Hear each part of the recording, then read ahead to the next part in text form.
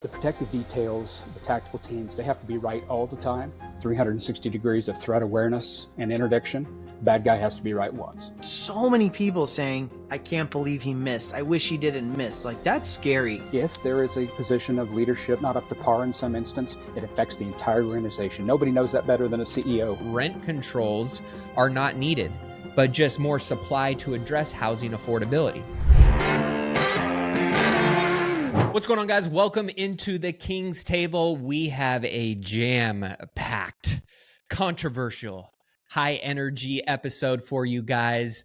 We kick things off with a discussion around Mr. Elon Musk and what he is doing with his companies and some massive moves that he is making because of some new laws that are rolling out. You'll get our opinions and feedback on that. Most importantly, it's hard to ignore what's happened over the course of the last week with the assassination attempt on Donald Trump. And we bring in a former chief of police, SWAT sniper, presidential protection detail, and subject matter expert, Mr. Matt Burns, to give you his hot take on it. I think a lot of stuff that has been swirling around the internet has been charging this situation, and we cut through all of that and dig into the tactical and logical reason behind what went wrong and what we can take away from this incident. We also talk about rent control, something that Biden has just presented this week as a nationwide initiative that could impact you, whether you're an investor, whether you're a renter. There's some key things that you're going to want to know here that we get some insights on our expert panel. And of course, we talk a little bit. I would be remiss if I didn't talk about the rate prediction based on the CPI news that came out last week. So lots of stuff to dig into today. Let's go and jump right into today's episode. All right, guys, we got a couple of really important topics. But before we start getting into our docket, just as you're listening, I want you guys to tune in about 20 to 30 minutes from now. We're going to have a special guest, somebody who's going to help us unpack the Trump assassination attempt, somebody who has a lot of experience in law enforcement and special operations, Mr. Officer Matt Burns. We're going to record and we're going to start talking about some other topics. Stick around with us. Stay tuned for that. And that's coming up. But before we get into all of that, obvious discussion, let's talk about Elon Musk leaving California. Super interesting topic. Just on Monday, the state of California passed a rule called the Safety Act, which I think I want to digest. I want to unpack. Maddie, I'm going to sort of voluntold you to tell us what this is about and why this is important. And then let's kind of digest why Elon Musk is leaving, what the impact of that has to other businesses and other business owners within California. But this is just a crazy rule. Hard to disagree with him here.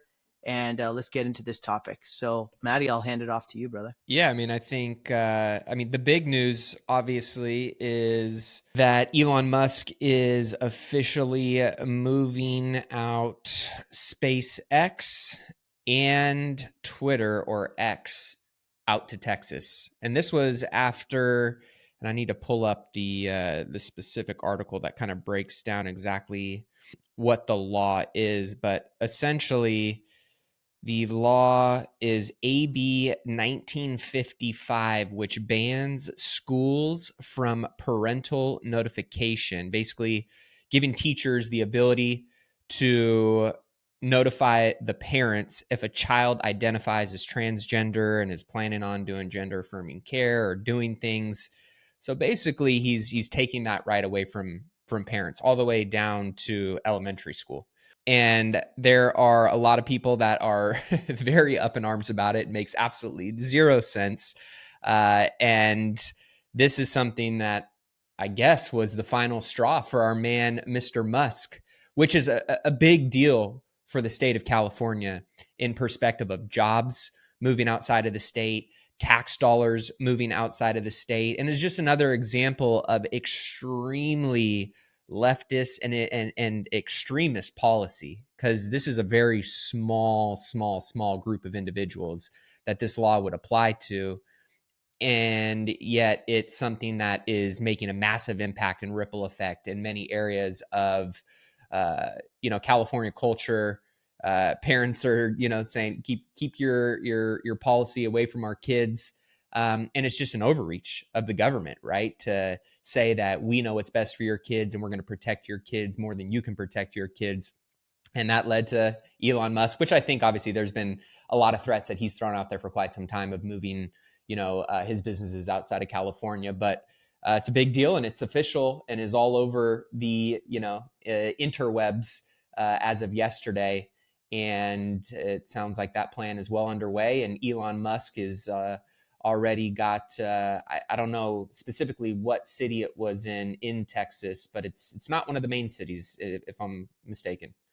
Yeah, it sounds like he's moving SpaceX to Starbase, Texas, which is a town he's building. I mean, did you? That's crazy. This was a rule that was coming out for a while. I know a lot of California parents have been talking about this for a while, right? But now the fact that it's actually in law, it's like a whole nother threshold. And I think as a parent, this definitely concerned me. So I get it. It's funny. I'm wondering when this sort of topic is going to hit the Supreme Court. Because there's really two things with the law, right? Barring schools from telling parents about their kids' decisions. It's really treating kids as adults, right? So there's going to be some kind of Supreme Court constitutional type issues of on what sort of issues are parents allowed to be notified and not, and what sort of issues do you treat a kid as an adult or not? Like if a kid gets arrested at 14 or 15, they have certain rights right now, being younger and rights to chat with their parents, where at 18, they don't necessarily have those same rights. So I think it's a much bigger like constitutional issue. So I wonder how long it will last. Elon has started this journey out of California a while ago, and he moved a lot of stuff to Texas after COVID. He also shared with Gavin, my understanding when I was reading some of the articles, that if this passed, he was going to be leaving. And as he made that announcement that he was moving both SpaceX and X, formerly Twitter, from their headquarters from California to Texas. I mean, he really just needed a reason. I mean, I think his heart was already doing that. But one thing that I think we've seen about Elon when he took over Twitter, right, was he kind of sees himself as our last chance of defense, like the only entrepreneur willing to risk money and time and effort for what is right. Now, people may think I'm out of my mind, and maybe you guys will think, no, Twitter is going to be this really good investment that turns out. But he did the thing at Twitter because he's like, this is corrupt. It's not okay. And somebody that's like reasonable and fair should be running it. And did the Twitter takeover, which seemingly overpaid and everything else for it, but he did it for like the greater good. And even though, Maddie, you mentioned like this law will affect kind of very few people, Elon's making this big bet and this big risk to protect those very few people. And I kind of see it as a more like, there's the business sides of it, there's the needing an excuse side of it, but it's also that reminder that Musk is maybe one of the only entrepreneurs of our time right now that's willing to like really risk it all for what he believes is right. It's no shock that I'm an Elon fan, that I think most of us are, because he does that. But man, the power and control and ability that he has, and the ability to do that, to go like, no, this is wrong, and I'm going to at least vote with my dollars about why this is wrong. Like, is Gavin going to undo the bill because of it? I don't think so. But like, not notifying parents of something really substantial that it's going on with their kids, is just this much bigger parental rights issue when kids are considered adults. Like, I have to imagine this gets overthrown in the Supreme Court once somebody goes after it, but it probably takes a couple of years before they really define it, or they're just going to push it back to the states. But they'll have to define at what age are kids and kids adults. I think what you just said there at the end, Aaron, like pushing it back to the states. I mean, if you just listen to Trump, and I agree with Trump, by the way, like education should be in the hands of the states, not the federal government. Which we'll just set that aside for a second. I think what the bigger thing here is, and it's funny, Aaron, because even like last week we were talking about, and we put this post out there on Instagram, but we were talking about, and I don't think it's because we're like prophetic or because we have some special gift or any of that kind of stuff. It's like, just look at the writing on the wall. And when Maddie was, talking last week, or I think I said, if I was Trump, I would, triple my security. The reason why I'm talking about this is I think sometimes we get so focused on the current issue, which, by the way, I don't agree. I would never put my kids in school in California hearing this kind of stuff. So I definitely don't agree with California or what Gavin Newsom's doing here. But I think the reason why I was tying Trump into this is because it doesn't take a rocket scientist or, somebody that's extremely intelligent or an economist or some, expert to say what we said last week. Like if I was Trump, I'd triple my security. It also doesn't take somebody that's like a super expert to bring up what we've talked about so many times of like, we're changing from a country that used to be united around a constitution, which is what you're really talking about with the Supreme Court, throwing it back to the Constitution. The challenge with this is that I don't know that our Constitution actually addresses anything like specific about this. And really, I think at the end of the day, the state should have the right to do education. And you get like a Trump in there and he's going to push for that. I think the driving thing that I'm looking at, immediately it just came back to this with me too. We have this huge divide between ideologies. And again, I've said this so many times. I think most Americans are more aligned than what we think we are. I think there's a really extreme right, there's a really extreme left, and I think most Americans could sit down and have a civil conversation. That's the country that was started and founded here. That doesn't happen anymore. And so we've talked about this so many times. This is really like what I was getting to. And Joe Lonsdale said this in the GoBundance conversation in 2020. He said, we're moving into a time where it's no longer going to be about international trade. It's going to be about the states that do well and the states that don't. And even back to like the Texas Stock Exchange and, all the businesses that are moving here and stuff. Somebody listening to this might be like, I hate capitalism. Okay, you can hate whatever you want, like move to California. But the reality at the end of the day, the states that promote, capitalism and free rights and, the rights of schools do not have the right to keep stuff hidden from parents. Like these things that, like you said, this is going to go back to the Supreme Court because it's like basically a human right. Like the schools and the government should not be telling us what we have to do. The government is so out of control, and the states that choose to have smaller government, less control over the people, and not do these crazy, like out there wacko laws like California is doing right now are going to be the states in the long run that actually excel. And I think it's just from a macro perspective, it doesn't take an economist or a rocket scientist or, somebody that's super educated at Harvard to figure out that, I think when you look at the country in 10 years from now, if something doesn't change, you're going to have a whole bunch of states that are doing really well. And you're going to have a whole bunch of states that keep pushing stuff like this that are going to end up I want to add to that because I'm glad you brought it up. We talked about this last week, right? And I want to tie this topic sort of to abortion. We had a discussion about this, if you remember, after the debate, that Trump did a really good job of making a case and Biden had the opportunity and fumbled. I think there's a strong argument to be made when you tie all this stuff together of like, okay, you're going to have 50 competing states, right? And we're going to push as many decisions as possible to the states. And we're going to create free market capitalism. We're going to create opportunities where people can move and choose where they want to live and decide on what type of policies they want to follow. I think that's what we're talking about. I think that if we move towards that process, Mike, I think it's better for everybody. And if people can vote for those things within their state, I think that's positive. But in this regard, I don't think, and correct me if I'm wrong, Maddie, but I don't think the citizens of California voted for this. I think this was just a law that got created. So if this was like, okay, this law could exist across all the 50 states and let the citizens vote whether or not this is an important issue to be put into law. That's a different topic. But here, in this specific regard, California just made the law. The citizens didn't vote for it. Is that true? Yeah. So I think that's where we have problems. That's correct. Right? I mean, but the citizens voted for those fools. That's fair. My kids aren't in school, so we're kind of steering clear of that issue. But that being said, right, it makes you think about these things long term. It's not just whether my kids are in school or not. It's a cultural thing, right? It's when you're in proximity to these values and ideals, whether these are relationships or these are environments or these are sports clubs or these are whatever it may be, it's around you and it will be something that you have to think about and deal with. I mean, I have, my 6-year-old is telling me that her once, friend and this little girl that was in her daycare at our gym named Evie, my daughter's name is Evie, named Angie, is now going by Alex.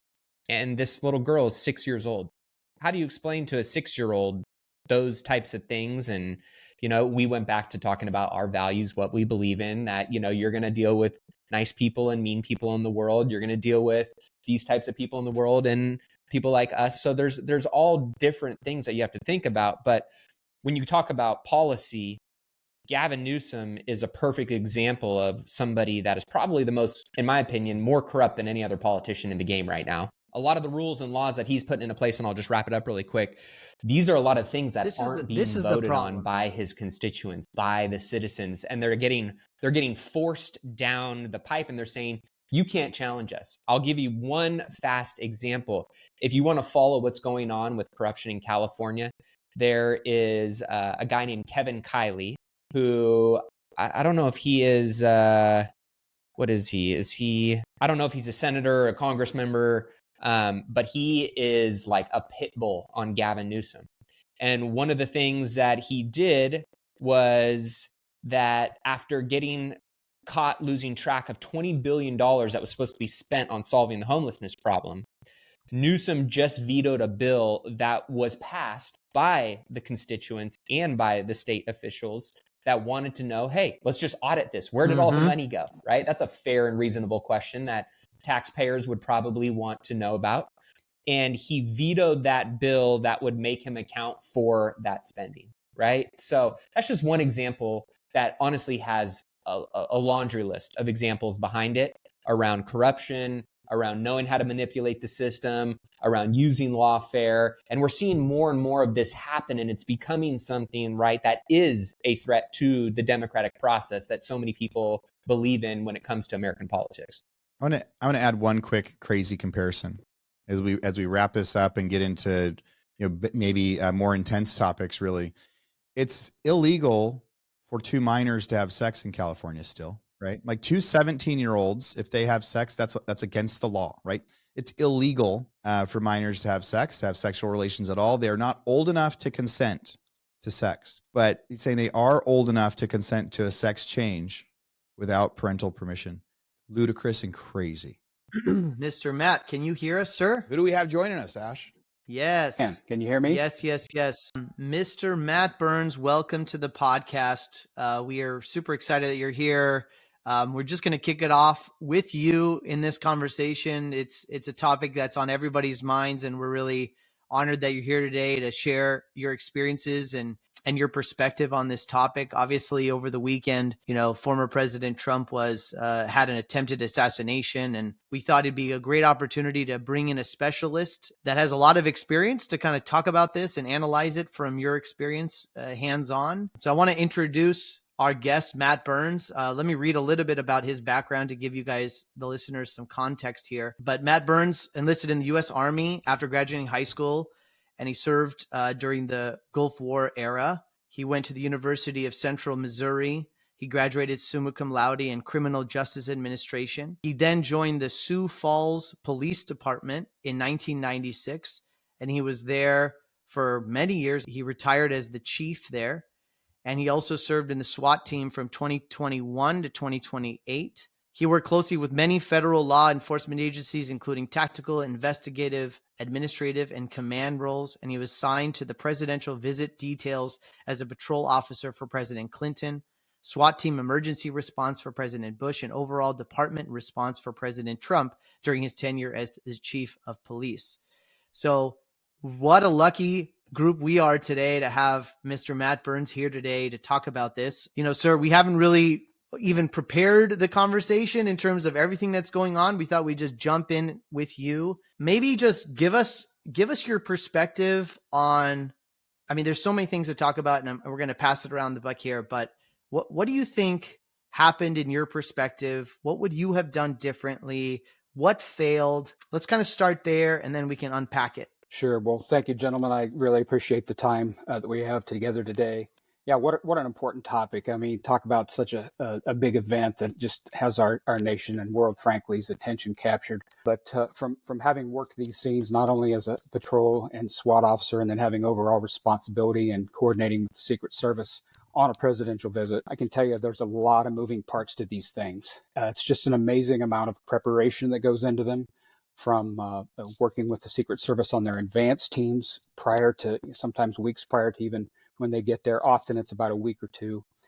But let me first say, as a foundational piece, the Secret Service is a wonderfully, incredibly competent, professional, organized, organization, and frankly, I've worked with many of the federal law enforcement agencies as an investigator, mid-management, and all the way up to chief, and they hold some of the highest esteem for me in working with them in the professionalism. So without knowing the full fact pattern here, Sure. it keeps getting dripped out every day. I can tell you a few things stand out to me. Obviously, to have the building where the shooter allegedly shot from, it looks like he shot from there, uncovered the way it was is a complete failure. Now, while we have all heard, and it's obvious, the Secret Service has overall responsibility for the entirety of the security event, they don't have enough personnel to cover everything. And so while you have the close team that's with the protectee, in this instance, former President Trump, they will bring in agents from other offices that may or may not have direct protective detail responsibilities on a daily basis or ever in their career. Now, while they go through that training as a basic matter, as a part of their Secret Service training, I can tell you that when you are very specialized like that, have that training, it is a perishable skill. You have to keep working at that, especially with the people that you're going to be on that team with often. And that's true for SWAT. That's true for any small unit like that has that high level of responsibility and has to act with precision. So back to some of the things that stand out to me. Clearly, that's an issue. I would want to know what their rules of engagement are, and I don't know that. As far as their counter sniper or CS team, what kind of threat do they have to have present before they are authorized to take lethal force?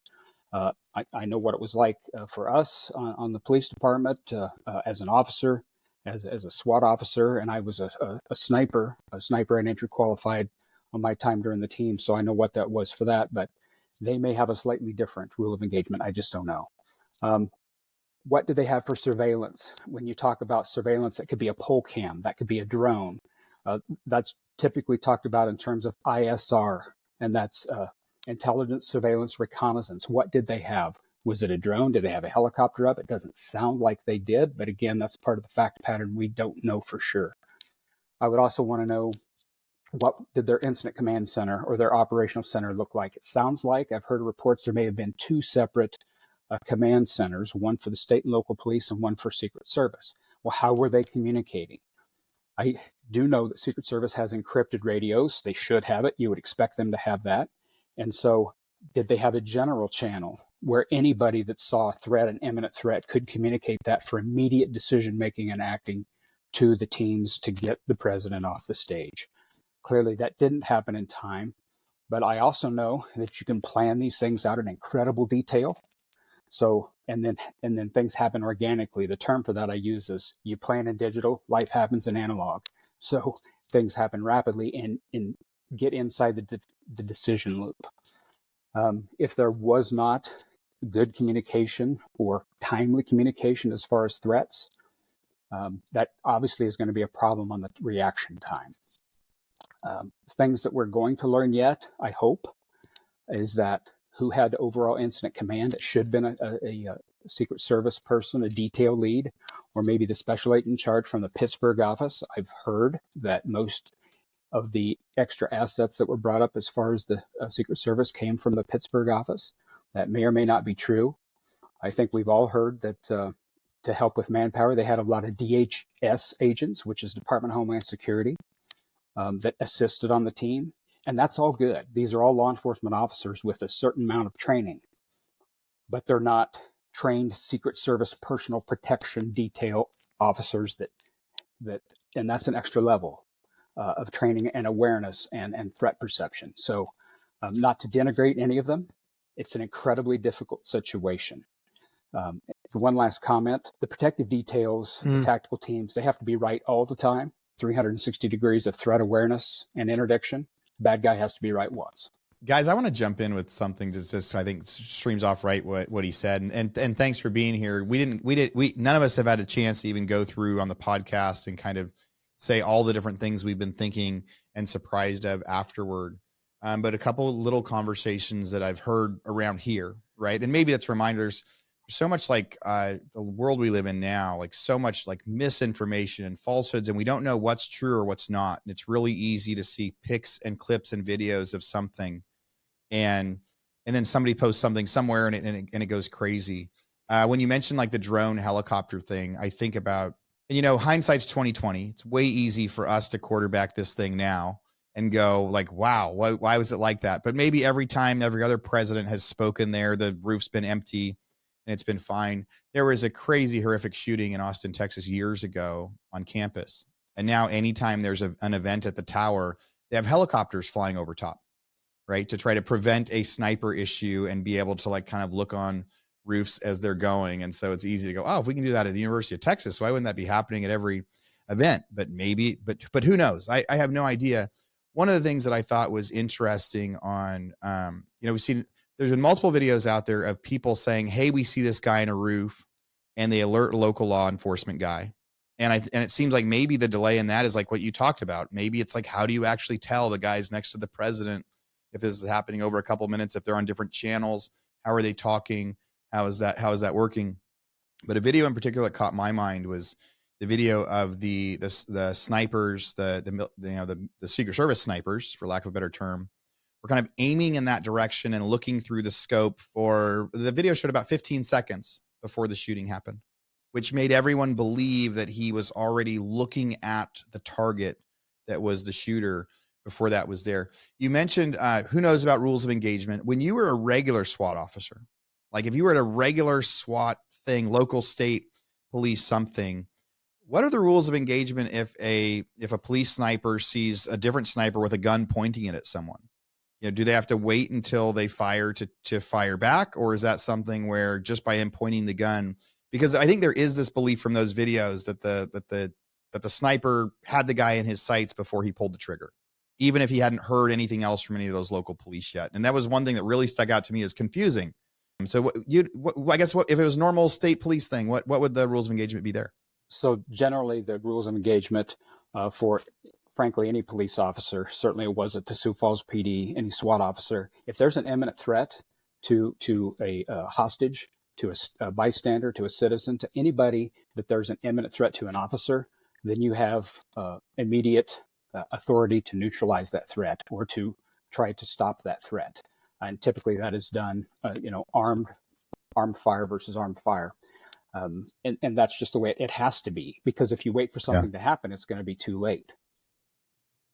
So in a normal police scenario, if a SWAT officer saw someone aiming a gun at someone else, they would just fire. Yes, and it's attached to something that I read. So I did read one thing, that there was supposed to be a counter sniper CS element on top of that building, but that they had not gotten there or decided to take a position inside the building. And only the detail logs, and Secret Service keeps very accurate assignment logs about who was supposed to be where. And that all exists, presumably still exists. And so that would tell the tale. And if the counter sniper element that you saw, the two officers in the black BDUs thought that there was supposed to be somebody on there, then they may have been confused. Is that a good guy or is that a bad guy? Yeah, and that's a very valid type thing at that point. Trying to figure out through there, is that one of ours or somebody that's not? And those moments that you take that's all to deconflict, well, bad things happen. Matt, I have a question for you, and if you don't want to answer this, obviously you don't have to, but I often think, so I've thought about this, just the same thing that Aaron's asking and thinking about here. And on the other side of that, and obviously these snipers are very well trained and have been through years of training, which is what you guys go through. It's like muscle reflex, that whole idea. But I've just been wondering too, like how much, and I guess the direct question is like, how much does the turmoil in the government agencies and change of philosophies around things over time, like affect everyday individuals that are, snipers on a police department, when we've got all these like conflicting information where I'm guessing, I've never been trained in the military or the police, but I'm guessing, there's a certain process, and you hear all the ex-military guys talking like, this is crazy. But I'm just wondering too, like when we have some major changes in our governments and in our philosophies as humans, like how much resistance comes in, or even just, pausing for a few minutes because I might be concerned that the upper echelon of an organization like this, how they're going to respond to me doing what I've been trained to do for 20 years. But because of, whether it's DEI or, a certain, belief in the way that we execute certain things. I mean, I don't envy the people that are on the other side of those scopes and guns and the split decisions that they have to make. But do you think that there's any like, I guess, internal conflict that these people are having because of their superiors at this stage? Well, it certainly can, because at the end of the day, notwithstanding experience, training, precision, or confidence in your own skills of the team that you're a part of, you're still human. And if you've seen somebody else get disciplined, written up, or worse, perhaps lose their job for something that you or the general person in that group would have thought was them just doing their job, it can certainly have an effect on you because you're wondering if you're going to get second guessed.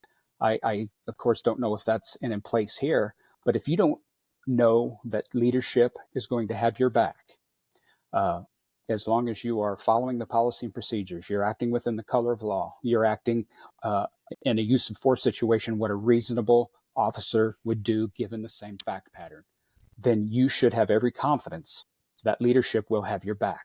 And if you don't, it can absolutely affect your perception of the threat and your reaction to the threat.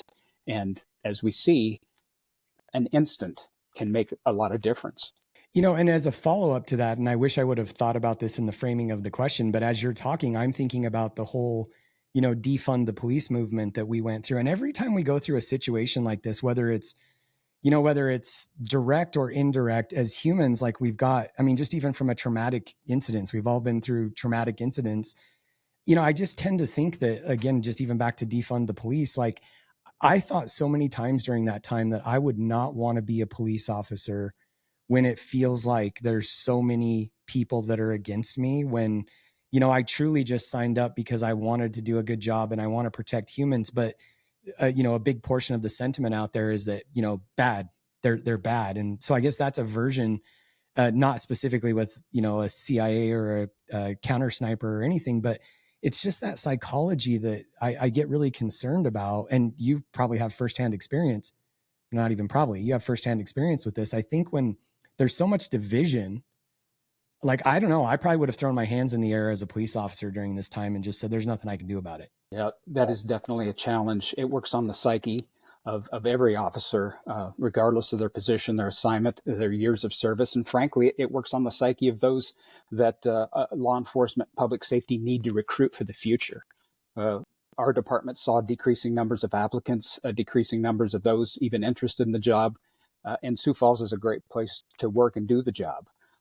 It compared to some other places that are very, very much challenged by the political environments in those cities, and due to the leadership, due to the culture, what have you. And so if you couple that with an organization, say use Secret Service, that has a long and proud history of excellence, of precision, of getting the job done and keeping their protectees safe, then and something happens, say within the leadership, and there's a cultural change, there's a difference that they feel is taking away from that or is a threat to that, that only adds to the problem. Secret Service, I've read this myself in the last week. They're not immune to having recruitment and retention issues themselves. They're down agents, and I know from personal experience, I've personal friends that are agents, that this time of year in any election season, they are absolutely run ragged, because there's always details going here, and the more protectees you have. Now, RFK has a detail. He should have had a detail long ago for obvious reasons. But for every, then there's family members that potentially have to be covered. And now, and when they go in different directions, if the whole family's not together and they're all protectees, then that creates an issue. It may have created an issue of shortage of available staff in this situation, according to the media. So who knows? Again, gentlemen, and there's a lot to learn yet about this. It's frustratingly slow sometimes when you don't feel like you're getting the answers and the transparency that you should feel like should be coming from a professional organization. But my sense is the heart and soul of the Secret Service is very much intact. There are professional men and women who know how to do that job. They're dedicated to that job and the people that they protect. But we all have or are susceptible to the leadership that's in place. And if there is a position of leadership that is not failing, but not up to par in some instance, it affects the entire organization. Nobody knows that better than a CEO or a business owner. So that's a real problem, perhaps. I wanted to get your thoughts, Matt, a little bit on, the investigation and questions maybe that you still have.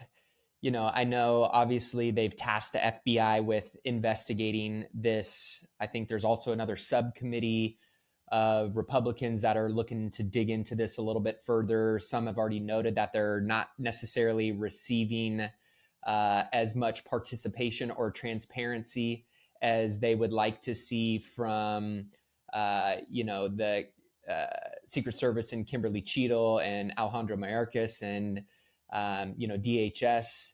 I find it just very interesting. I guess for me, there's a lot of things, right, that you don't want to go down the tinfoil hat, rabbit hole and all the conspiracy theories, especially in the world of social media that we live in today. I just find it really interesting when you see this kid who, to me seems like, he's used to playing Dungeons and Dragons, with his friends versus building a bomb. They said they noted finding, explosives and a detonator on him, that he would be able to sneak a rifle past Secret Service, that now they're noting they saw him 30 minutes before, then it's saying an hour before, then it's saying 3 hours before, to be able to get up there. And, I've shot an AR and I've got an AR and I've, probably gotten some pretty decent reps with it. And I don't even think I could task myself, without any pressure on me at 125 or 150 yards to, snipe a target that closely. And so there's just a lot of stuff that doesn't necessarily add up to me around, one, the particular shooter, two, a lot of the reactionary times, a lot of the preparation, leading up to this event. So I'm just curious if you were an investigator or maybe some of your own personal, questions that are coming up that you would like to see answers to. What comes to mind for you, and what seems like reasonable and fair questions to ask that wouldn't be considered conspiracy theory? Yeah, outstanding question. First of all, let me say that I always try to remember that never to assume malice when mere incompetence, negligence, or even self-preservation will fit the bill. Makes sense. So, as you noted, if you start really looking at this thing hard, you could take yourself and your mind to a dark place pretty fast. And my mind won't allow me to go there, at least given the fact pattern that we know. Not yet. But I would certainly want to know, again, who had overall command? What did those assignment logs say? Who was supposed to have responsibility for that area? Why wasn't it covered? Why wasn't that it was not detected that it wasn't covered? Because it's such an open and obvious hazard, especially from a Secret Service threat detection and prevention point of view. And who's ultimately responsible? You see a lot of finger pointing back and forth, but at the end of the day, the Secret Service has overall responsibility for the scene. That's why they have pre-assignment assessment teams, scout teams to map that all out and to know where the threats are and put in place people to mitigate that threat or to lock it down, take it out. And if that's not happening, then they still have responsibility as to why did that not happen. I would want to know the communications logs back and forth. Were there two separate command posts? And is that commonplace? I would want to know who had the call on getting president off the stage. Again, the cliche, what did they know and when did they know it? How soon ahead of time before shots rang out did they know that there was a problem with somebody on that roof? Because frankly, as soon as you saw somebody on that roof and you weren't sure, then your default setting should be get them off the stage undercover, like right now. And it may seem bad at the time, but everybody's going to understand. If you have a security threat, you have to act, because otherwise we see what happens. Those are some of the main questions. Will we ever get records like that? Records like that of those things, like the logs back and forth and things like that. Is that something that's ever made public or public record? Or is that something that Congress is going to look at and they're going to do their own investigation, but we won't ever hear anything about? Well, I would think that Congress and its subpoena power, especially for the Oversight Committee or the Department of Homeland Security Committee, should be able to get those records. Whether they make them public or not, I would think the pressure would be to make them public. I mean, this is the potential president of the United States, and once president of the United States, the public interest in this matter to ensure the protection of these persons who have led and will prospectively perhaps lead our country again is immense. And so the public has a right to know. And I feel like that those committees have the power to get to the bottom of it if they will. We've seen this movie before, gentlemen, where there's investigations and subpoenas and things like this, and it turns into kind of a cover yourself mode, and it's difficult. I want to ask you, and maybe tying to that question, Mooch, a little bit, is sometimes in these circumstances in today's environment where we have social media, like the facts don't matter. It was so amazing how so quickly online you see all of these different citizen journalists who are like, oh, I think this is what's going on and this is what happened. And I want to ask your opinion about, like, is this such rapid citizen journalism, is that helping or hurting to a law enforcement team who's trying to understand the facts? Is all of this information coming into the public unfiltered, uncensored, without any validation? Is this helping or hurting? And then what would you do to sort of control the narrative better as a public official? Because I think you said it earlier too, is like, sometimes we do have to be patient, but in the world of X and Twitter and social media, like, the population is naturally impatient. It wants answers now, even if that means that it's going to devise its answers without anybody validating those answers, like without even understanding the facts. We're going to make up our own stories. So maybe give us your high level philosophical advice on, as a citizenry and as a leader yourself, like, how should we be thinking about these things? And this is not just in this circumstance. I think there's many other real-time, real-life circumstances where the population just quickly jumps to conclusion, and we can get a lot of information really quickly today. Well, I can't tell you how many times that I said to myself and my command staff, facts have to matter. Facts have to matter. Sometimes they don't necessarily matter right away in the media, because it occurred to me that many times in the media, they wanted to get things out quickly. Yeah, call it clickbait or for clicks, and because that drives a certain amount of the business model. But facts do have to matter. They matter in a court of law later, but the media is not going to wait for that. And frankly, the public and the social media environment's not going to wait for that. As you tried to wade through, myself included, all the stuff coming out from all the, there's just a lot of trash that you have to sort through to get a nugget. So my advice to the teams, and this is hard won experience, is if it's bad news, if you failed, if you fell down, start coming out, but just be transparent about that. Bad news doesn't get better with time.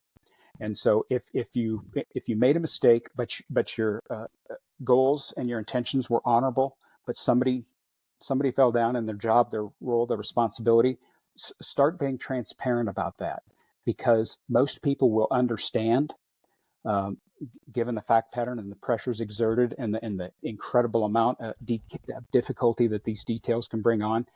But just be transparent and have a regular briefing schedule.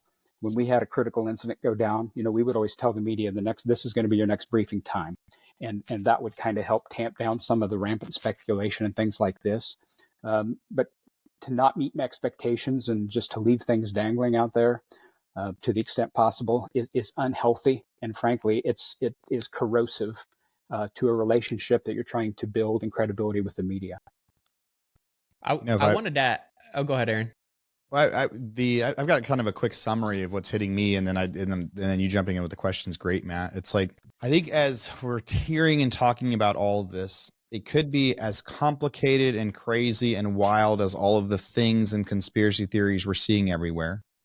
But there could also be very simple explanation of there was a failure.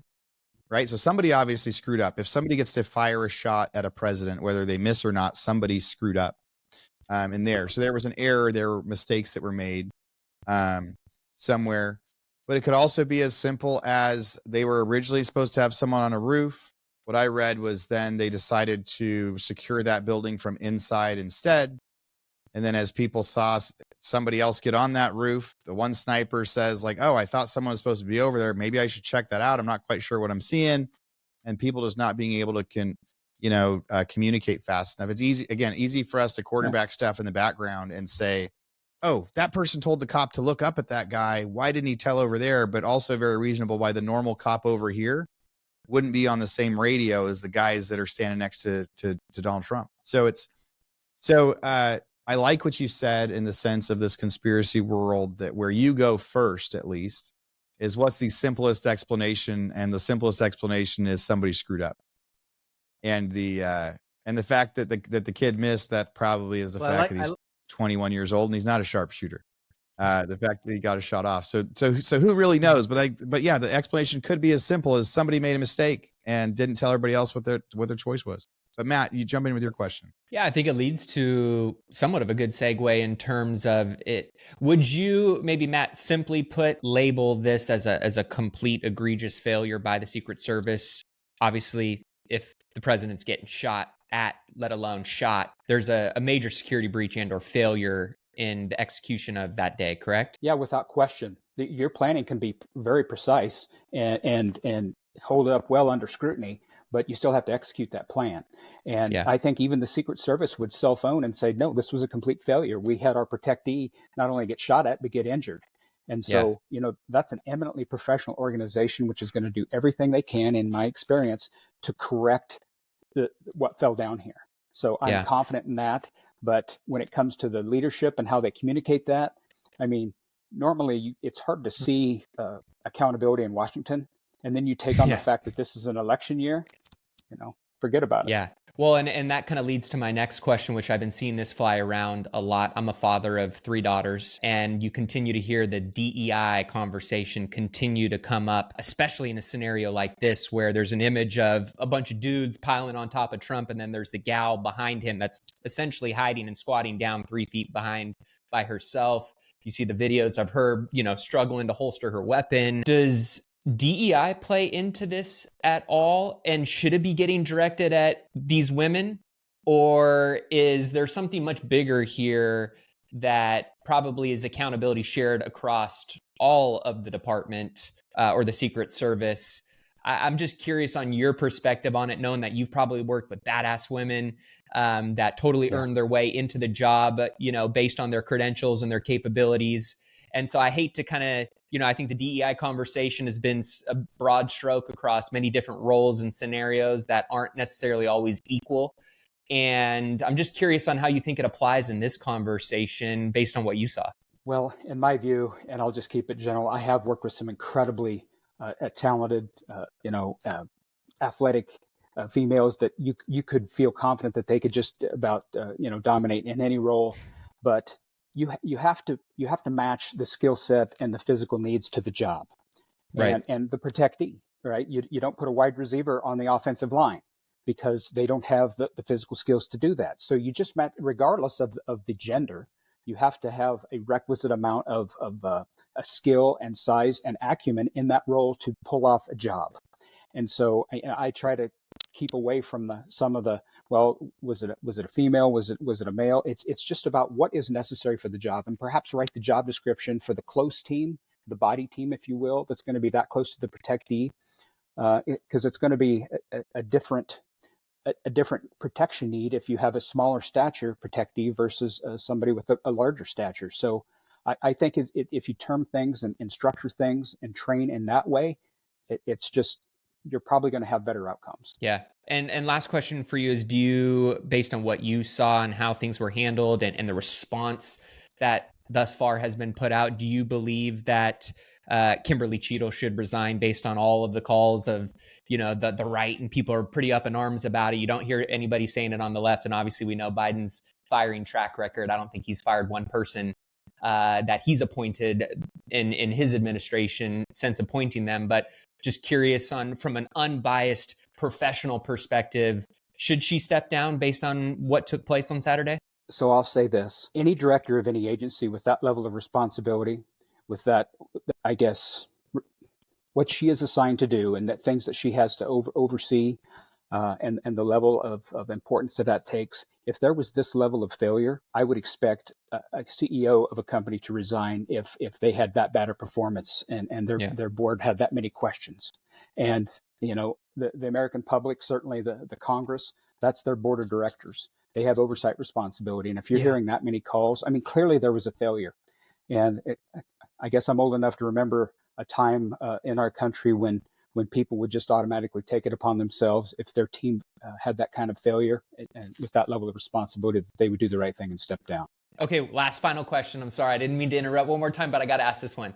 How did you feel when you saw, hot mic Donald Trump? Wait, got to get my shoes. And, they're trying to tout him off stage, and he stops and he finds the camera, which obviously you wouldn't pass Donald Trump to waste any moment in time to get a good marketing and or message across. How did that make you feel in that moment as a police officer and somebody who's been in those situations? Should they have rushed him off, or did you think that it was something that was warranted and he was right to take advantage of that opportunity? Well, I can tell you that his Secret Service team would want to get him off the X, as it were, as soon as possible, because that's where the threat is. That's where bad things are going to happen. And so, but you truly see how people are going to operate and their base character, or their base level of I don't want to say courage, searching for the right term, under stress. That was an incredibly stressful moment. Under that kind of stress, you see people completely fold. Sometimes you see them, just able to function and do the job. And sometimes you see people who you would never think completely rise above and just totally amaze you. So, but when the stress dumps like that, for him to do what he did, you might say that that's part of his, political savvy, but you might just say he wanted to communicate a message Amazing. that he was okay. Well, Mr. Matt Burns, I really appreciate you being here. I know the guys, we've been anticipating this, so really, really appreciate your time, and thanks for answering these questions, and appreciate your insight, sir. Thank you for your service. Thank you so much, Matt. Thank you, gentlemen. Matt. Thanks, Matt. Well, if you guys want to download on that a little bit, I think there's some gold in that. I just love how logical and unemotional Matt is about the situation, especially in such an emotionally charged time, an emotionally charged event, an emotionally charged season. And obviously with all the stuff that's coming out and people are reading and hearing and seeing, it's good to have somebody come and root us down into some tactical logic that you can at least kind of use to digest the situation. Any takeaways or thoughts that you guys had like after that hearing Matt? These are cool, calm, collected, focused, Right. disciplined, structured, no emotion, thinking before they just jump. Like, I thought it was a great conversation. I mean, he was such a steady guy. I believed all his analysis. I love what rung home for me. I think Mike was scratching on this a little bit. It's like, before I start doubting anybody of malfeasance, I'm going to leave it first to incompetence. Like, I loved that. That was like a really powerful statement for me. It's like, before I start thinking that somebody did something bad and wrong and it was ill-intentioned, I'm just going to say it was incompetent. And that was the failure. I liked that a lot. That showed a lot of his perspective, that I don't want to get into conspiracy. I don't want to get like this was somebody's wrongdoing. It was like somebody just effed up big time here. I think that thread that you're talking about, Maddie, and Matt actually said this. He said, your brain can go to a really dark place, and I just don't allow mine to do that. That was really good. There's a level of discipline, experience, because all of our brains, that's the human element. It's not left, it's not right. It's the human element. My brain has gone. I mean, when something like this happens, sometimes I feel schizophrenic, because one minute I'm like, oh, bro, this is like the deep state, like the Democrats, like, oh, yeah. Or maybe it was the Republicans, like maybe Trump. I mean, we even, how many times has somebody even said to you in the last week, like, do you think that he did this to himself so he could get, that's the human brain. And I love what Matt said. He said, I don't allow mine to go there. And I'll tie this back to even, after that conversation with him, there's like there's a hope that I have. And I was going to actually ask him this question, but I didn't want to drag it out. I'm sorry. I got excited with my questions. My bad. No. That your questions were fantastic. I was thinking about anytime something happens, like, somebody dies, there's an autopsy. I used to work for this gold mine that had these cardinal rules, and the cardinal rules were called that because something was written in blood where someone died. And so they created a cardinal rule where if you do this, you're gone. And so the question that I was kind of thinking about asking Matt was like, I'm guessing, and I don't want to be an armchair quarterback, but I'm guessing, I actually heard Tim Kennedy say this, like, he said that he was with Biden's Secret Service detail a few weeks back, and he said those guys are on point. Like, they're the best that he has seen. And it made me wonder, not that this is right or wrong, but when there's an autopsy performed, this goes back to the thread of like, maybe this was just, everything just went bad, like what Aaron was saying. Yeah. Like, and even back to the B team, there's nothing in my mind that would argue that the president should have the A team and a presidential candidate should have the B team. Why wouldn't it be that way? And this is the logical. Yeah. Like, however, and maybe this is a cardinal rule where something needs to change because of the situation that happened. I don't know that ever before we've had a former president running for presidency that has as much controversy and turmoil as the time we're in. And so maybe it is standard that presidential candidates get the B team or the C team, and they don't get the helicopters and they don't get as much focus and emphasis as the president would. And why wouldn't it be that way? But we're living in a different time where shit's crazy. Like we said a couple of weeks ago on the King's Table, like if I was Trump, I would triple my security. So I'm just wondering how much of this too is like, yeah, this was Secret Service protocol, but going forward, it's going to be completely different. Yeah. I think your point there is, oh man, how do we even say this stuff out loud the right way? But it's like, I think there was a better chance someone was going to try to shoot Trump than there is someone who's going to try to shoot Biden. Right? Like, so essentially Trump's events are a higher risk event because of the polarization, because of everything else, because of where Biden is at his life. I don't think there's a whole lot of people that are like, oh my God, we got to do something crazy. Whereas Trump has that. So I hear your argument in saying like Biden would get the A team because he's a president, but the reality is a Trump event is a way higher risk than any event that Biden is speaking at. And so maybe it should change the way that, that they do things. It's an interesting point. It came out yesterday too that there was a separate assassination plot by the Iranians that they noted they beefed up their protection at that rally, and that still happened. So there's just so many things that are, very interesting to think about when it comes to this. And we're only in July, guys. We still got a few more months leading up to this. And it's only, I thought it was funny that, after this happened, for a good solid 24 hours, we need to tone it down, guys. We need to tone this rhetoric down. And then 48 hours later, they're going at each other, and it was a public statement made by the Biden campaign administration that they're restarting all of their ads with the essential verbiage that many are calling dangerous, which is Trump is a threat to democracy. Trump is a threat to democracy. Trump is a threat to democracy, right? And so when you continue to pull on that thread over and over and over and over and over again, you're emboldening a lot of individuals that already are supercharged on this dude.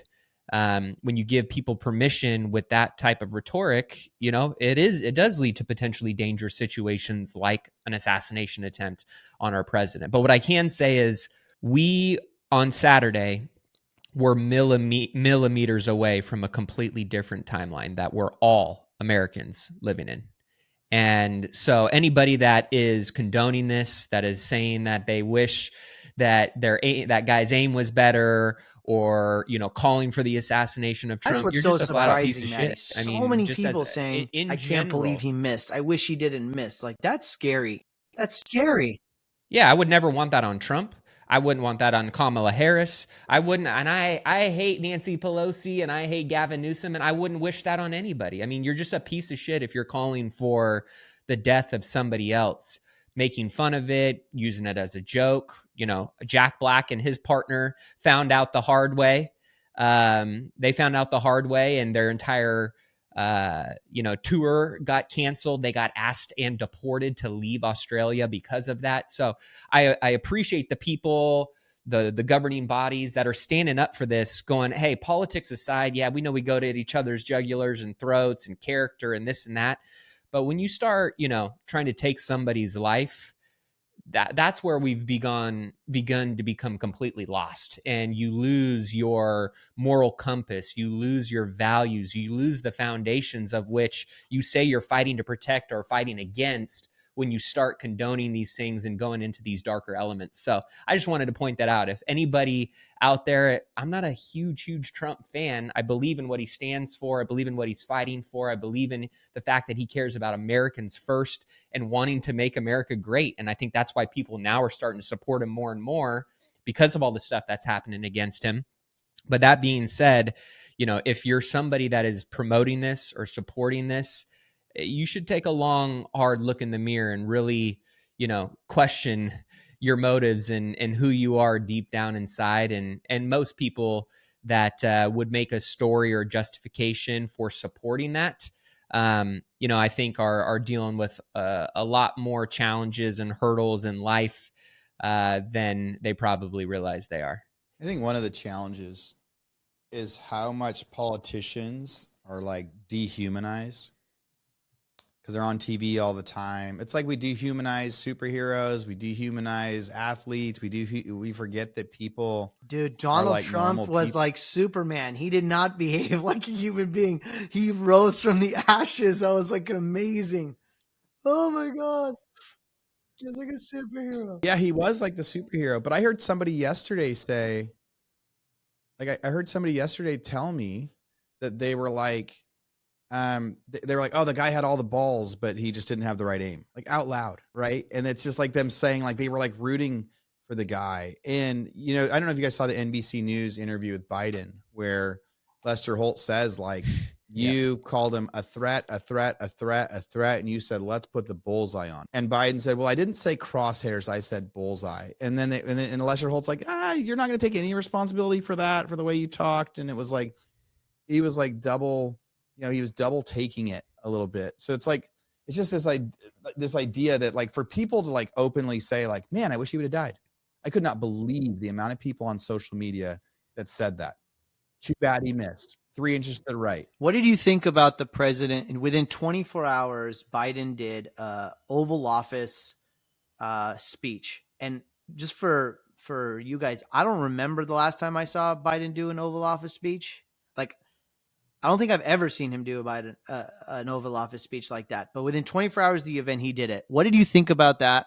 Did you think it was genuine? Do you think it was just CYAing there? I don't know if you heard it or not, but I won't be able to answer that. I didn't see it. So did any of you guys see it? Because I mean, that's when he started saying tone it all down. Mike, did you see it? I saw it, and generally an Oval Office talk is for when something like this happens. So I think he probably would have gotten mud slung at him if he didn't do that. He probably didn't want to do it. He probably was forced to. Do you think it was appropriate for him? Because he said we need to all cool it down. There's no space for this, all the obvious things. But he, just like in that interview, he didn't. I mean, was there an opportunity for him as the leader to say, hey, look, I have a part in this. I have a role in this. And I'm gonna tone it down too. And right. But he did not do that. So, well, so here's my 30-second take on this. He had the opportunity to do that, and he did do it in the Oval Office speech to some degree. But then they probably, if I was on, Biden's campaign team, I would be like, well, if we don't have Donald Trump's crazy and he's a bad human to run on, then we've got nothing. Because Biden can't run on his own track record. He can't run on all the amazing things that he's done or is going to do, because the last few weeks, even though this has been going on for years, the last few weeks has shown that like there's nothing good coming. And so I think he's in a really tough spot, because what the American people want to hear is what he said in the Oval Office speech. We need to cool it. But the other side of it is the only way that he can win is to get enough people riled up about how bad Donald Trump is and not focused on how good Joe Biden isn't. because he can't win on his track record. We need something completely different. And so I don't know, as much as that campaign team probably wants him to like cool it and do the press release, because that's what the American people are going to want, it's not going to work. We could keep talking about this forever. Let's wrap a couple more thoughts on this, Mooch. I got a couple quick thoughts. So he doubled. The other part was during Lester Holt, he doubled down on the threat talk, though. He's like, well, he is a threat. He is a threat. Like, how else are we gonna say he's a threat to the democracy? And it was like, whoa, dude, you doubled down on it. The best part that I've seen through all of it was the shock of the amount of people that had no problem saying publicly, like, oh my God, I wish that he would have gotten killed. But then there's these trends on social media and TikTok and Facebook and Instagram where people are screenshotting this and sharing this, and people are getting fired and having to resign, where there are actual like businesses and school districts and things like that that are firing teachers, that are firing principals, that are canceling Jack Black, that are people that are actually saying like, okay, enough is enough. Like, no matter how polarizing you are, like, it used to be illegal to say that sort of thing out loud. And at least like some people are rising up to go, no, enough is enough. Like, that's where we draw the line. Like, you can have your opinions on everything else, but if you're going to say that, so I have seen, I've been happy to see the repercussions that have happened to the people that have been speaking out about that. One other little surprise, I was surprised on Mike's video of him and Maddie that got posted this week that just said, hey, we predicted this on the podcast last week. How many people came in and commented and said, well, the shooter was a Republican and the Democrats haven't been saying this at all. And it was like, wow, so there is a big amount of people that believe out there that, right? The person wasn't like lying to us as they were saying. They absolutely believe that the Democrats have not been calling for it, and so it's just remembering like there's so many people out there that are so misinformed with things, and it just brings that to light too. And it's a little bit scary. Is this a seal in the deal for Donald Trump and Biden's done? No. Let's talk about, give me some predictions. No, it ain't over till it's over. I think this was a mistake that they made last time. A lot of Republicans thought Trump was going to crush him. And there were so many points in the campaign journey that it was like, oh, yep, Biden's done. You cannot put it past the Democrats to do anything and everything they can to maintain power. And I'm not saying they're going to do it, illegally or corruptly. I'm also not going to say that they won't not do that. But to act like all of these things, because let's just go over the last couple weeks, between the court case getting, the docs case getting dismissed this last week, which was a big win for Trump. When you think about the presidential immunity, big win for Trump. Saving his life and not being dead with your head blown, out the back is a big win, right? You think, oh, Trump's got this in the bag. And I see a lot of, big, loud voices on the right kind of saying that in various ways. No way. You cannot act that Trump has this in the bag. Now, poll-wise, statistically, going into this campaign, he's leading in a lot of key swing states and key areas. But I wouldn't, especially in a critical time like this, give any sentiment to the American people that we got this in the bag. It's, you got to fight until, instead of bullets, we're fighting at the ballot box, right? And this is where you got to, see this one through to the finish line. And we still got plenty of time. I mean, there's a lot of things that could happen still. Joe Biden may not be the dude standing on stage at the DNC here. You just don't know. And there's more and more call outs coming that he's, potentially not going to be doing that. He's still saying that he is. So I don't know. I do think Trump has a very good chance of being our president come November. But does he have it in the bag? No, I don't think so. All right. So Maddie still thinks there's lots of different moving parts. This could go anywhere, but likely that Trump could be it. But there's a lot of moving parts. Mikey, what are you predicting? Well, Maddie said this already, but it's July. We've got 4 months and a lot can happen. I don't want to sound like a crazy man, but I've been. It's okay. You're already there. Don't worry. You always preface that before your crazy man statement. I don't so want it's to okay. sound like a crazy man, but there's this scripture in the New Testament. It's in Ephesians 5, and it says, "We battle not against flesh and blood, but principalities, powers, and rulers in the dark places." And back to even what Aaron was saying about having that conversation on Instagram where somebody's saying like, the Democrats have never said this. It's MAGA. Well, first off, who says I'm MAGA? Not me. And just because, we make a comment about, predicting a Trump shooting, like we automatically lump it in this. And then like what Aaron was saying, there's people that just, they like sometimes, and I want to try to constantly make sure that I'm not in a tunnel too, and that I'm seeing the reality. It's hard to do as a human. But when you come back to that Ephesians 5, like we battle not against flesh and blood, but principalities and powers, like all this stuff going on, it's a miracle. Donald Trump turning his head. How did that guy get there? Why did people not see him? Why can this person that was arguing with me and Aaron on Instagram not see? I wanted to argue and like put up, I had just seen a post of like 19 comments that Joe Biden had said in the last like 3 weeks about, negativity, but it doesn't benefit me to get into the fight. And I guess what I'm saying with this is like, I think there's a lot more going on, behind the scenes, whether you believe that scripture or just anything else. Like there's obviously a battle between good and evil, regardless of what you believe. And it might just be good people, evil people. But at the end of the day, it's extremists on both sides. And so much can happen between now and the election. We, not jokingly, but off the cuff said, we might not even have the same two candidates. And then this kind of stuff starts happening. Like, wow. Mooch, wrap it up and let's go to the next topic. Nail in the coffin. I watched the prediction video. I don't know if you guys watched that video. That was wild. That was a guy 4 months ago that said, I predict there's going to be an assassination on Trump and the bullet's going to whiz his ear and break his eardrum. That was insane. But then, it was insane. And so now you're sticking with the prophet? I'm betting on everything else that guy said right now. I'm putting all my eggs in that guy's basket. The economy pushing then. Yeah. I love it. All right. Well, I tend to agree with you. I think Biden's got to get out. He has no chance now. The buzz is over. The excitement is over. And Trump is just, he's Trump. He's rising from the ashes. He's using this as an opportunity and he's doing it in the most humble way. It's really kind of fun and fascinating to watch. Yeah, he's running a really good campaign right now. I'll say that. Yeah. He's running a I don't want to say flawless, but he's running a damn good campaign. It's not the same. Like he's not taking cheap shots. No, he's like, it's he's different. He's more mature. As crazy as that He's sounds. quieter. He's quieter. Yeah.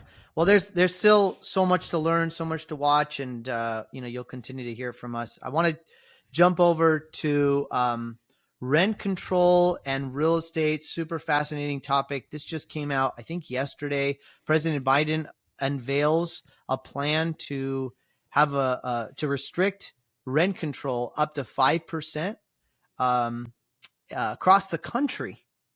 A nationwide rent control ban. Super fascinating. I think this is an interesting topic. I think it's got a lot of different angles. So let's steel man this, why this is good, why this is bad. To our resident rental expert, Mr. Aaron Amuchastegui, unpack this for us, explain both sides of the story. Why is this good? Why is this bad? Let's get into it. It's so weird talking about anything other than Trump assassination, but the show must go on because as crazy as it is, it doesn't affect our day-to-day all that much right now. And so it is important to get back to the other things that we're talking about, even though it's kind of difficult to shift from such an intense thing to this. But yeah, Biden came out with a proposal yesterday. Said he wanted to do nationwide call for rent control, which would make anyone that owned properties of over 50 units or more, which isn't a big portion of the properties that are out there in the world, but it would affect a number of people. Anyone that owned properties of 50 units or more would be limited to where they could not raise rent more than 5% a year, or they would forfeit their ability. The penalty would be they would forfeit their ability to take accelerated depreciation tax incentives. And how that actually would play out, like who really knows? Like if you've already taken your depreciation the first 2 or 3 years and you start raising rent more in 5 or 6 years, how is that going to go? There's probably the steelman argument, and there's the whether or not we think it could go through or not. But before we go into like the will it get approved and why, I think I'll take some of that steelman part of it for a second and say it always sounds like a good deal. Because somebody, and I'm an entrepreneur. I believe in economics and I believe in supply and demand, and that the market is perfect and it works out itself. And somebody commented on my post today about it, and they said, yeah, but it's guys like you that are the problem because I'm making $100,000 a year and I can barely survive.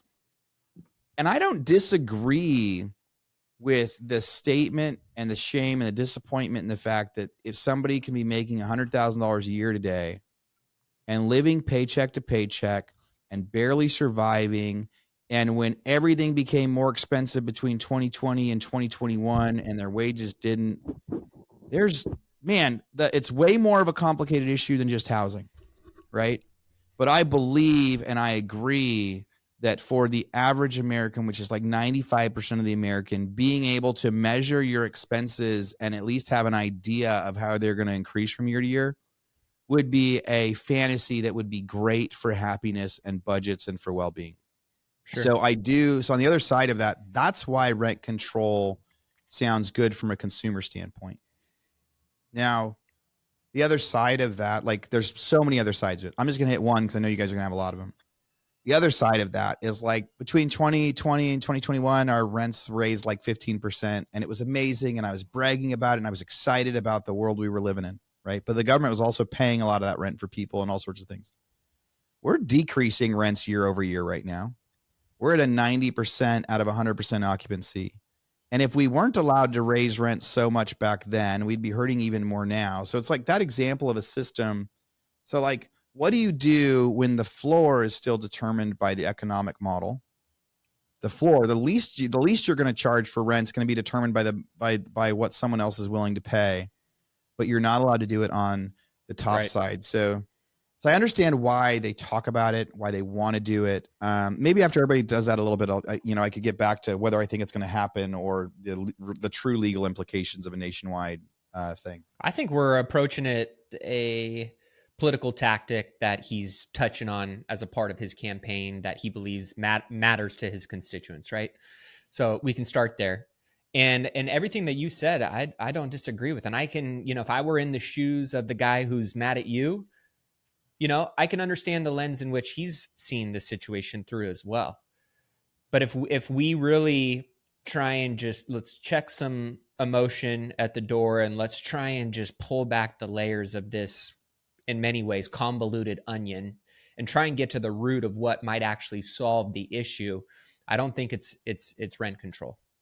And when you look at a lot of cities historically that have done rent control, it has not worked in the favor of, or at least based on the initial intention of why they implemented it. When you think about, and Grant Cardone actually did a pretty good and interesting video on this that I would pull up what he said, but just in general, what he was getting at, and this was my point yesterday on my podcast as well, which is if you had a government that instead of trying to control a free market, decided to help incentivize builders to generate more supply for the market, and we didn't have all this red tape and we didn't have all of this disincentivization to build and create more product for people to have options for. If landlord Aaron comes to me and goes, I'm raising your rent 10%, but I had 8 other apartment buildings down the street or around town to go and look at that had a much different, rent percentage, I would say, all right, well, if that's how you're going to play the game, then I have a free market to go and choose from. I'm going to go and take my dollars elsewhere.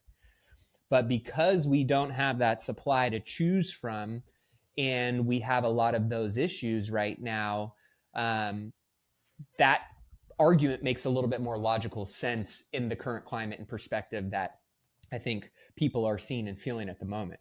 But I did see today, this was a post by Lawrence Yoon, the Chief Economic Officer of National Association of Realtors, said new apartment units completed reached a 50-year high in June, which is crazy. The rents have stopped rising in many cities due to the oversupply of rental units. Rents, whether on apartments or in single-family rentals, have fallen in Austin, Nashville, Charlotte, Phoenix, where the supply has been even more overwhelming. This indicates that rent controls are not needed, but just more supply to address housing affordability. But the concern that new multifamily housing starts year to date are around 10-year lows.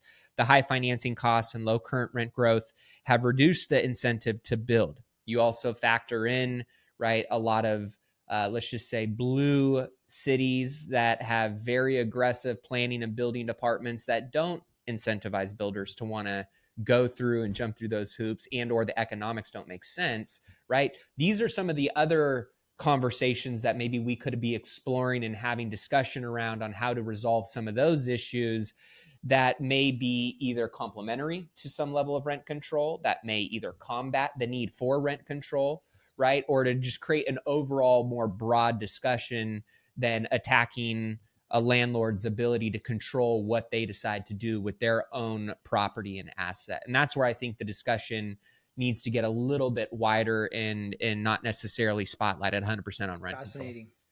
It's like your quick point there before Mike jumps in. It's like the nationwide, your property taxes, and you're going to have all sorts of expenses that go up every year no matter what.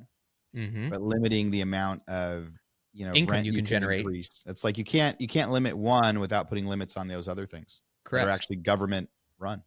Yep. That's exactly what I was going to say. And Maddie, you pointed this out, but this is purely, and Aaron, I'll let you address whether this actually happens or not, but look for more of this in the next 4 months, because again, it's pandering to what people want to hear.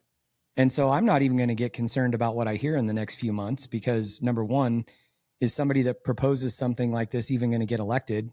Maybe, maybe not. Are they going to get anything done in that period of time? Probably not. Will they actually get it done after the fact? I doubt it. And when it comes down to it, this is the same government that printed so much money and gave it to everyone, that actually also forced rents up, that also forced inflation, that also forced interest rates, that also caused the price of housing to go through the roof. And if I had to just bring this back to center in a version of also what you were saying, Maddie, is like, and Aaron, you hit on this too, but if you're going to cap rents, then you also need to cap real estate prices. If you're going to become the Gestapo and just control everything, then cap everything. Yep. But the reality is, like, back to what I was saying, this is the same government that gave everybody a whole bunch of money. And back to what Aaron was saying, that actually potentially drove up rents too, because people now have a whole bunch of free money that they're willing to pay more for rent. And so there's so many other problems that are just, I love what Aaron says about letting the free market kind of figure it out, because at the end of the day, what's going to naturally happen is if you cap rents and you also simultaneously say that, hey, if you raise your rent above 5%, even though real estate prices might increase 7 or 8% that year, you're going to squelch investment. People are going to stop investing, and it's going to actually drive prices up because there's going to be less supply at some point in time. And so I don't know, to me, it's not rocket science, but I look at things in a different way too. And I think at the end of the day, if you're going to cap something, you got to cap everything. And I just don't think that any of that's going to happen. One last thing, and I'll throw it over to you, Ashish. My oldest son, Dylan, was renting an apartment, a 2-bedroom, 2-bath apartment here that they moved out of like 6 months ago. It was $2,700 a month, basically 26 something. They're looking at a house right now, 10 minutes from that apartment complex in Austin, Texas, a 3-bedroom, 3-bath house with a garage for $2,700.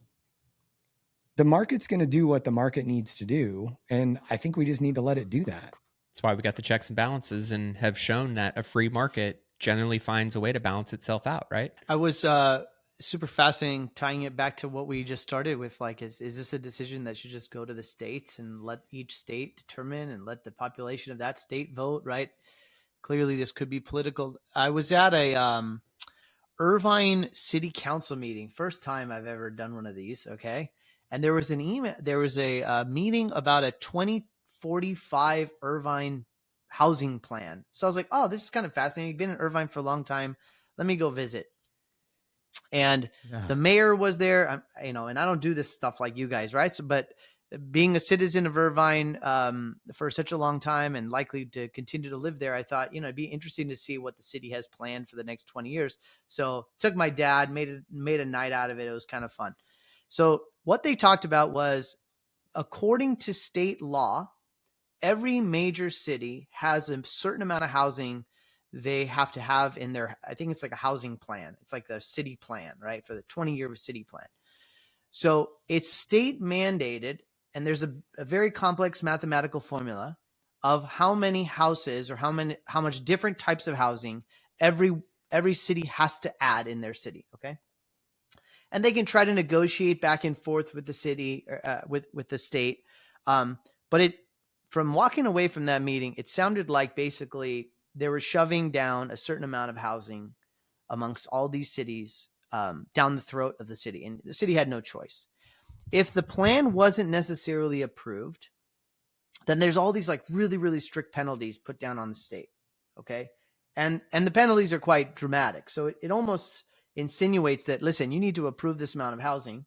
And if you don't, there's going to be basically incredibly challenging, almost impossible penalties to pay.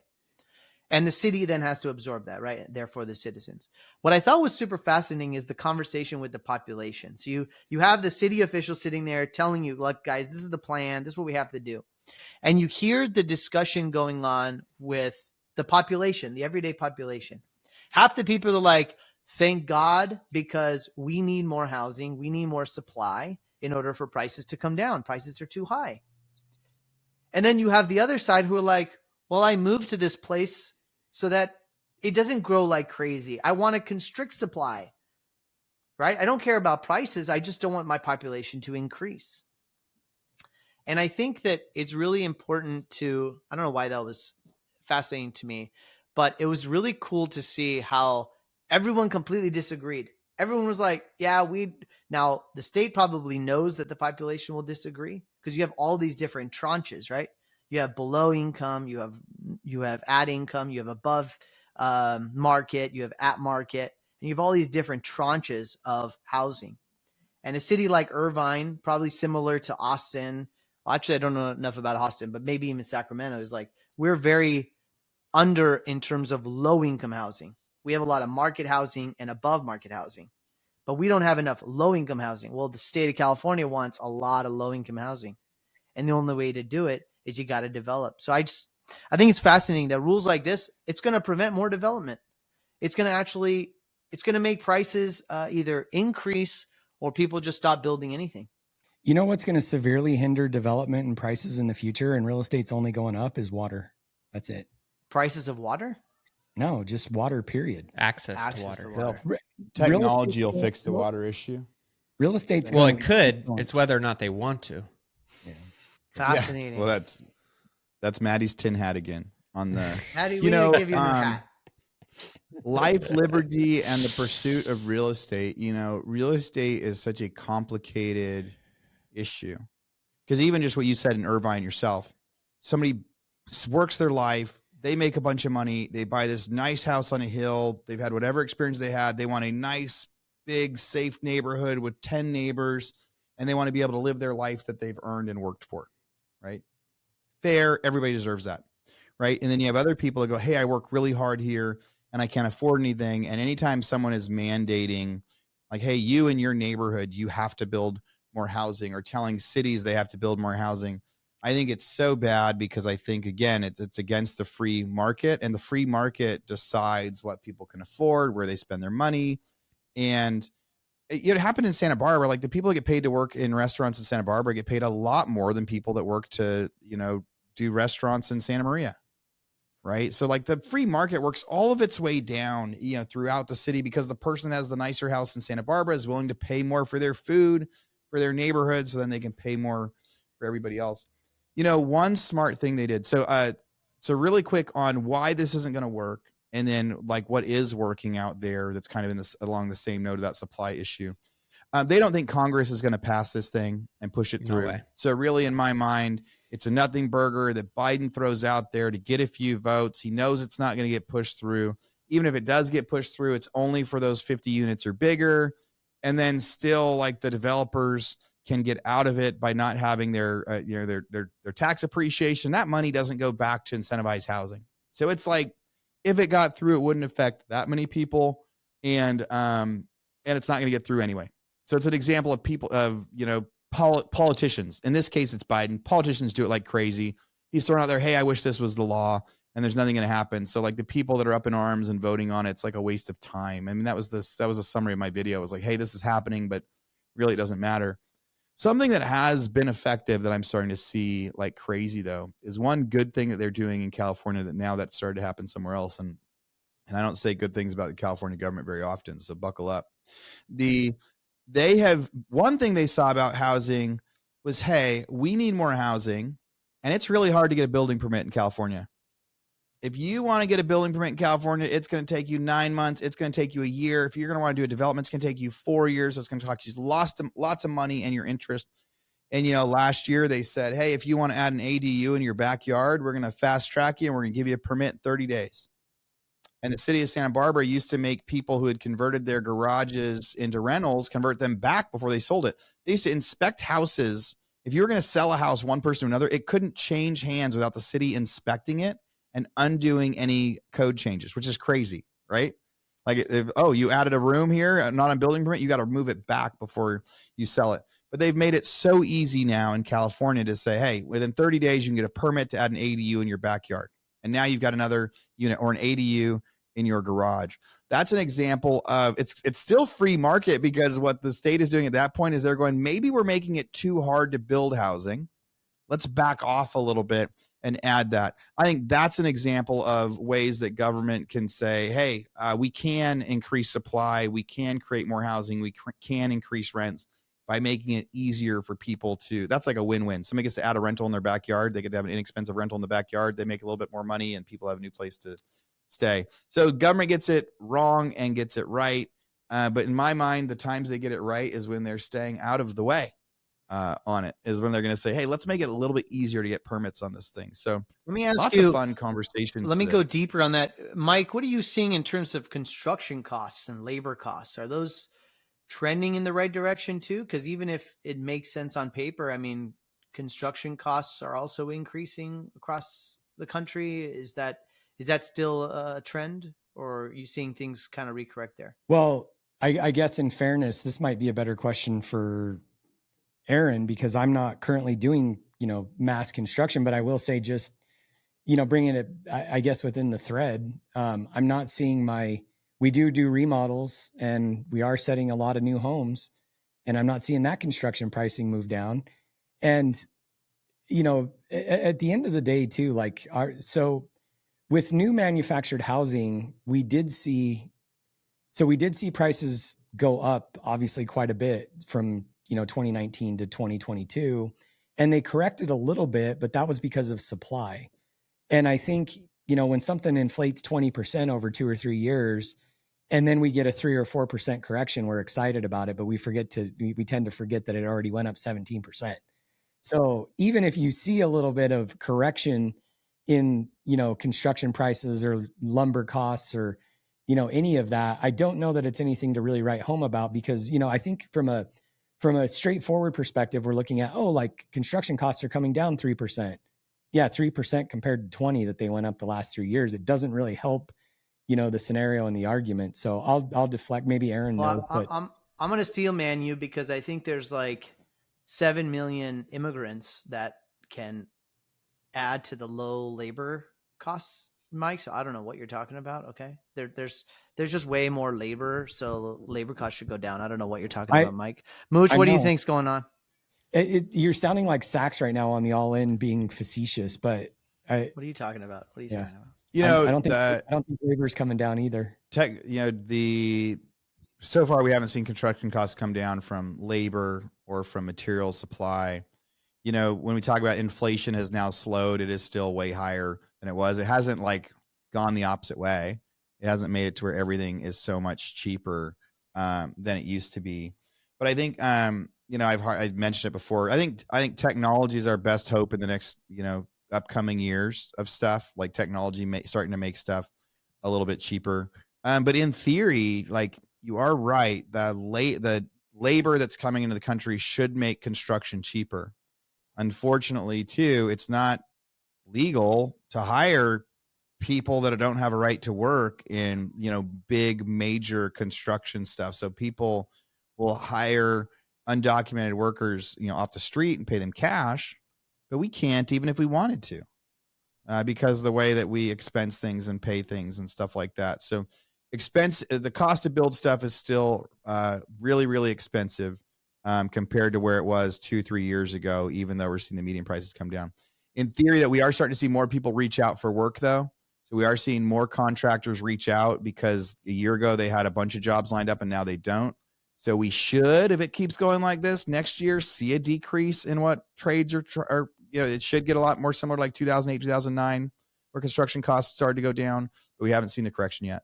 There you have it, guys. Another successful episode. Good docket today. Good job, guys. Really, really Wait, fun. I have one final question. Oh, yes. Go, Mr. Maddie. Because last week we talked about rate cuts before CPI came out. Oh, yeah. CPI came out, and it not only did it come out at expectations, but it was the first negative print since June of 2020. So we saw the Fed futures jump on a rate cut in September to 91.4%. We also saw the market bake in not one more, but two more potential rate cuts behind that first one. So I'm just curious, Mr. Muchastegi, how are you feeling about your no rate cuts they're going to hold through the remainder of the year post that CPI print as of last Thursday? Well, it's only July. Man, I think there's a better chance of you being right than me being right. And maybe by next week, we should change the conversation to how do we bet on it and how do we make money on it? If they are going to start cutting those rates, what does it all mean? And how can we actually act on it? 91% chance is really strong. In February, they had the same percentage chance. True. Right? So true. Let's see how we react over the next couple of weeks. But man, I think it's definitely leaning in your direction. I will be surprised if we don't have a rate cut at this point. As much as I would like to be right, my prediction did outlast a lot of people. I think I first made it about a year ago. So it's gone pretty well. But I did think we'd get through the end of the year with it only being July. It'd be pretty hard for me to say we won't have a cut by the end of the year now, based on having our first change since June 2020. So I think you're still not wrong. You're still not wrong. And like you said, there's still a lot of time left. And I think that there are still a lot of headwinds and a lot of things that people are feeling and experiencing that may not necessarily show up. I wouldn't bet on it, though. At this point, I would not. There we go. I would not make a bet on the fact that rates are going to stay the same through the end of the year. I'd be more likely to make a bet on the odds that they're going to get decreased. Well, and if you look at Aaron's prophecy video, it's going to get really bad. So who knows? I mean, interest rates might be at 2% because the economy. If you watch the prophecy video, yes, we will, because there is a whole. If you're going to bet on that thing, I got a lot of good ideas for you. Probably should put that link in the show notes so that way people can maybe watch this prophecy video that you're referencing, because it's very spiritual and compelling. Let's get that in the show notes. Start listening to it at minute 11 and you'll have a heart attack. I'm surprised the video has not been taken down, actually. Ditto. All right, guys. Well, there you go. Another super fun episode of the King's Table podcast. Such a fun group of topics. I mean, what an interesting time to live in America. I just love doing this podcast with you guys. I want to leave our group with a quote.